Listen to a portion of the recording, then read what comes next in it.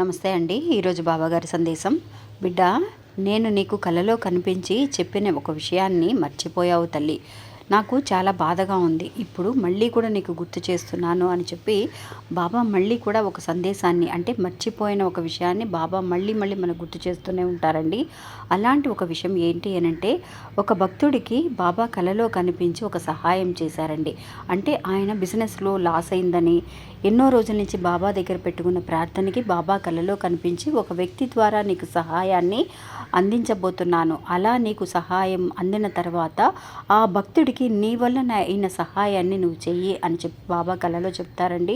చెప్పినప్పుడు అతనికి మరుసటి రోజునే తన దగ్గరికి ఒక వ్యక్తి రావటం, ఒక సహాయం అనేది చేయటం, మనీ పరంగా సహాయం చేయడం అనేది జరిగింది.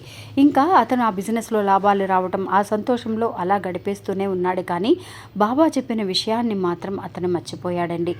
మళ్ళీ కూడా బాబా కలలో కనిపించి, నాయనా, నాకు ఇచ్చిన మాటని నువ్వు జవదాటుతున్నావు, నువ్వు మర్చిపోతున్నావు అని చెప్పినప్పుడు, అప్పుడు తను చెప్పిన మాటలు అనేవి గుర్తుకొచ్చి వెంటనే ఆ కోరిక అనేది బాబాగారి ఏదైతే కనుక తనకి తెలియచేశారో ఆ మాటల్ని తీర్చడం కోసమే వెంటనే ప్రయత్నించారండి. నిజంగా ఈ ఒక భక్తుడి విషయంలో జరిగిన ఒక కథ అండి. నేను క్లియర్గా ఈ వీడియోలో తెలియజేశాను. పూర్తిగా వినాలి అని అనుకున్న వాళ్ళు, ఒకవేళ అలాంటి ఒక మొక్కు కానీ ప్రార్థనలు కానీ మనం ఏదైనా మర్చిపోతే ఏం జరుగుతుంది, బాబా ఏ విధంగా తెలియజేస్తారు అనే విషయాన్ని నేను క్లియర్గా తెలియజేశాను. వీడియోని కూడా పూర్తిగా చూడాలని అనుకున్న వాళ్ళు లెఫ్ట్ హ్యాండ్ సైడ్లో మన లోగోకి కింద, అంటే నా ఫోటో ఉంటుందండి, ఫోటోకి కింద ఒక చిన్న యారో బటన్ ఉంటుంది, అది క్లిక్ చేసి చూడండి, పూర్తి వీడియోని చూడగలుగుతారు. నమస్తే, సాయిరామ్.